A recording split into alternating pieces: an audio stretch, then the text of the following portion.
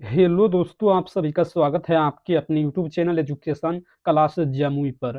तो दोस्तों आज क्लास 10th का हिंदी वीवीआई ऑब्जेक्टिव देखेंगे। जो बिहार बोर्ड मैट्रिक परीक्षा 2026 में 100% ये प्रश्न पूछा जाएगा 17 फरवरी को, और ये वायरल पेपर है, परीक्षा में यही आएगा, जल्दी रट लो।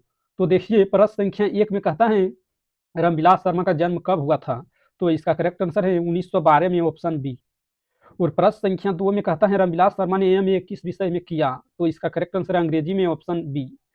और प्रश्न संख्या 3 में कहता है रामविलास शर्मा का निधन कब हुआ। तो इसका करेक्ट आंसर 2000 में, ऑप्शन ए। और प्रश्न संख्या 4 में कहता है रामविलास शर्मा ने पीएचडी कहाँ से की। तो इसका करेक्ट आंसर है लखनऊ विश्वविद्यालय से, ऑप्शन सी। और प्रश्न संख्या 5 में कहता है रामविलास शर्मा ने किस संस्था में निदेशक पद पर कार्य किया। तो इसका करेक्ट आंसर हिंदी विद्यापीठ आगरा से, ऑप्शन ए। और प्रश्न संख्या 6 में कहता है रामविलास शर्मा की कौन सी रचना नहीं है। तो इसका करेक्ट आंसर है रामचरितमानस, ऑप्शन सी। और प्रश्न संख्या 7 में कहता है परंपरा का मूल्यांकन पाठ किस पुस्तक से संकलित है। तो इसका करेक्ट आंसर है परंपरा का मूल्यांकन से, ऑप्शन सी। और प्रश्न संख्या 8 में कहता है लेखक के अनुसार साहित्य में किसका ज्ञान आवश्यक है। तो इसका करेक्ट आंसर है परंपरा, ऑप्शन बी। और प्रश्न संख्या 9 में कहता है लेखक के अनुसार साहित्य क्या मात्र नहीं है। तो इसका करेक्ट आंसर है विचारधारा, ऑप्शन ए। और प्रश्न संख्या 10 में कहता है लेखक ने किस देश के कवियों का उदाहरण दिया है। तो इसका करेक्ट आंसर यूरोप, ऑप्शन बी।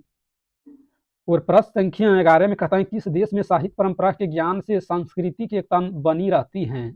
तो इसका करेक्ट आंसर है भारत, ऑप्शन ए। और प्रश्न संख्या 12 में कहता है लेखक के अनुसार कौन सा साहित्य अधम कोटि का होता है। तो इसका करेक्ट आंसर नकल किया हुआ, ऑप्शन बी।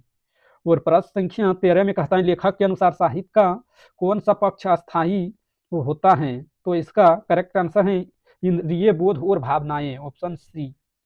और प्रश्न संख्या 14 में कहता है किसके आक्रमण के समय रूसी जाति ने अपने साहित्य परंपरा का स्मरण किया। तो इसका करेक्ट आंसर है हिटलर, ऑप्शन बी। और प्रश्न संख्या 15 में कहता है रूसी क्रांति किस वर्ष हुई थी। तो इसका करेक्ट आंसर है 1917 में, ऑप्शन ए। और प्रश्न संख्या 16 में कहता है रूसी क्रांति के बाद किसका संबंध मजबूत हुआ। तो इसका करेक्ट आंसर है रूसी और गैर रूसी जातियों का, ऑप्शन बी। और प्रश्न संख्या 17 में कहता है लेखक के अनुसार कौन सा देश कभी राष्ट्र नहीं बना। तो इसका करेक्ट आंसर यूरोप, ऑप्शन सी। और प्रश्न संख्या 18 में कहता है भारत की राष्ट्रीयता किसकी देन है।